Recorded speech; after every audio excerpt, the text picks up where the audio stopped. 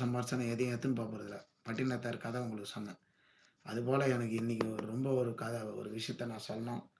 இந்த cellphone owner, இந்த network owner இருக்கிறாங்கல்ல, ரிலையன்ஸ், அம்பானி இந்த மாரி ஆளுங்கலாம் சொல்றீங்க. அவங்கலாம் நீங்க தயவு செய்து சொல்றேன், இந்த நெட்வொர்க்குக்கு வந்து ரீசார்ஜ் பண்றீங்களா, அதெல்லாம் ரொம்ப அதிகம். புரியுதுங்களா?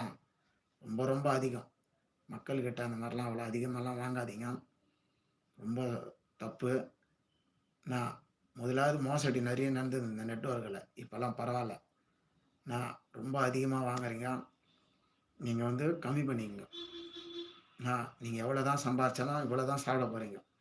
அதுக்கு மேல சாப்பிட போறதா, நீ எவ்வளோ தான் கோடி கணக்குல நீ சேர்த்து வச்சாலும், இந்த பூமியில தான் நீ விட்டுட்டு போணும்.